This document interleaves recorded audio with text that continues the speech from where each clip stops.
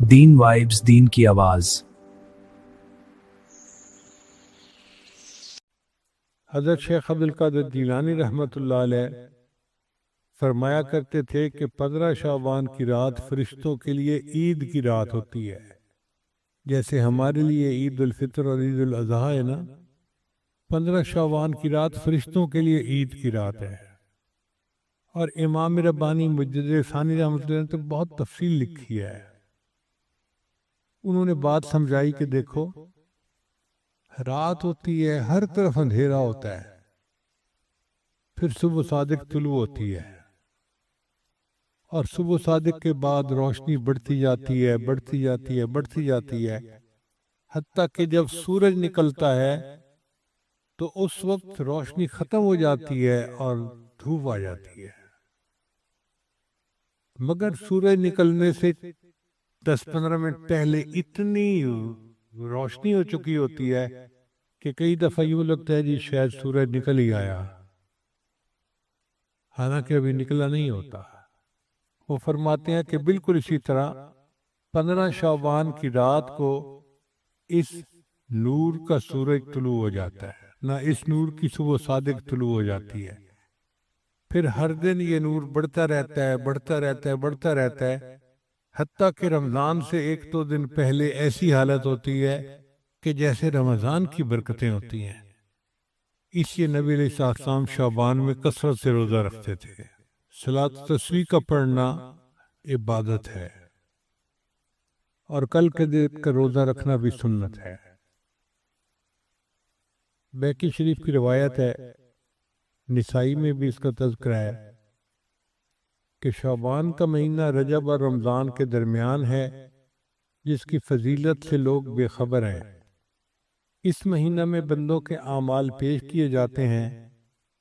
میرا دل چاہتا ہے کہ میرا عمل ایسی حالت میں پیش کیے جائیں کہ میرا روزہ ہو، یعنی نبی علیہ السلام نے فرمایا کہ میرے عمل اللہ کے سامنے اس حال میں پیش ہوں کہ میں روزہ دار، یعنی 15 شعبان کا روزہ سنت ہے، حدیث سے ثابت ہے۔ اس لیے نبی جب رجب کا چاند دیکھ لیتے تو یہ تھے، اللہم بارک لنا فی رجب و شعبان و بلغنا رمضان۔ حضرت علی عنہ روایت کرتے ہیں کہ 15 شعبان کو رات کا قیام کرو، دن کو روزہ رکھو، کیونکہ اس رات میں غروب آفتاب کے بعد ہی اللہ تعالیٰ آسمان دنیا پر جلوہ افروز ہو جاتے ہیں، اور اعلان کرنے والا اعلان کرتا ہے کوئی مغفرت چاہنے والا کہ اس کی مغفرت کی جائے، ہے کوئی رزق کو طلب کرنے والا کہ اس کو رزق دوں، ہے کوئی مصیبت زدہ کہ میں اس کی مصیبت کو دور کر دوں، ہے کوئی حاجت طلب کرنے والا کہ میں اس کی حاجت روائی کروں۔ اب آپ اندازہ لگائیے کہ آج کی رات میں اللہ رب العزت اعلان فرماتے ہیں، ہے کوئی مصیبت زدہ جس کی مصیبت میں دور کروں، ہے کوئی حاجت والا جس کی حاجت کو میں پورا کر دوں۔ جب اللہ تعالیٰ خود پوچھ رہے ہیں تو پھر اس رات میں ہمیں اللہ کے سامنے آہوزاری کرنی چاہیے کہ اللہ ہماری مصیبتوں کو دور کر دیجئے، پریشانیوں کو دور کر دیجئے۔ ابن ماجہ کی روایت ہے کہ نبی علیہ السلام کے بارے میں سیدہ عائشہ صدیقہ عنہا فرماتی ہیں، میں نے ایک رات نبی علیہ السلام کو بستر پر نہ پایا۔ بندہ سویا ہوا ہوتا ہے نا تو آنکھ کھلتی ہے، تو میں نے دیکھا کہ نبی علیہ السلام بستر پہ نہیں تھے، تو میں باہر نکلی، بھئی خیریت تو ہے پتہ کروں۔ وہ فرماتی ہیں میں نے دیکھا کہ نبی علیہ السلام جنت بقیع کے اندر تھے۔ میں نے پوچھا اے اللہ کے نبی صلی اللہ علیہ وسلم آپ یہاں رات کے وقت کیسے آئے؟ تو نبی علیہ السلام نے فرمایا کہ آج 15 شعبان کی رات ہے،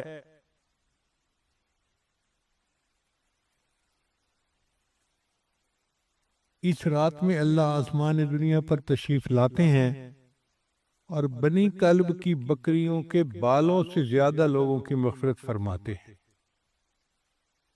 بنی کلب ایک قبیلہ تھا مدینہ میں جو بکریاں پالنے میں مشہور تھا، ہر گھر والوں کے پاس بکریاں ہوتی تھیں۔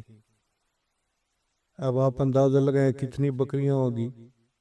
اگر 200-400 بکریاں ایک گھر کے پاس ہوں تو پھر کتنے لوگ ہوں گے؟ ہزاروں بکریاں۔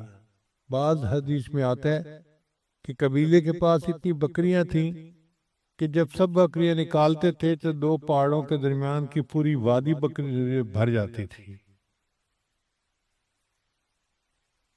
اب 2 پہاڑوں کے بھی بکریوں سے بھر جاتی تھی تو کتنی تعداد ہوگی؟ پھر بکری کے جسم پہ کتنے بال ہوتے ہیں اس پر بھی غور کریں۔ ہمیں تو اندازہ نہیں ہے۔ ہمارے ایک دوست تھے ماشاءاللہ، وہ فارغ البال گنجے تھے، میں ان کو پیار سے فارغ البال ہی کہتا تھا۔ ایک دن میں گیا تو اس نے نا ایک لٹ جو ہے نا بالوں کی یوں لگائی ہوئی، تو میں نے پوچھا کہ بھائی آپ نے یہ بال کیسے لگوائے؟ کہتے حضرت ٹرانسپلانٹ کروائے ہیں۔ میں نے کہا ٹرانسپلانٹ کروانے تھے تو سارے کروا لیتے۔ کہنے لگا حضرت ایک بال کے بدلے انہوں نے $1 لیا ہے اور میں نے $10,000 پے کر کے یہ بال لگوائے ہیں، اور 10,000 بالوں کی جو لٹ تھی وہ چھوٹی سی تھی ایسے۔ تو میں سوچ میں پڑ گیا کہ اگر یہ بال 10,000 ہیں تو پورے سر پہ تو پھر لاکھوں بال ہوں گے۔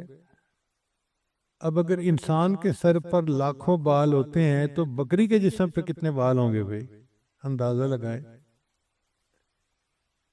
اگر ایک بکری کے جسم پر لاکھوں بال ہوتے ہیں تو بنی کلب کی پوری بکریوں کے جسم پہ کتنے بال ہوں گے؟ اتنے بندے اللہ آج کی رات میں جہنم سے بری فرما دیتے ہیں۔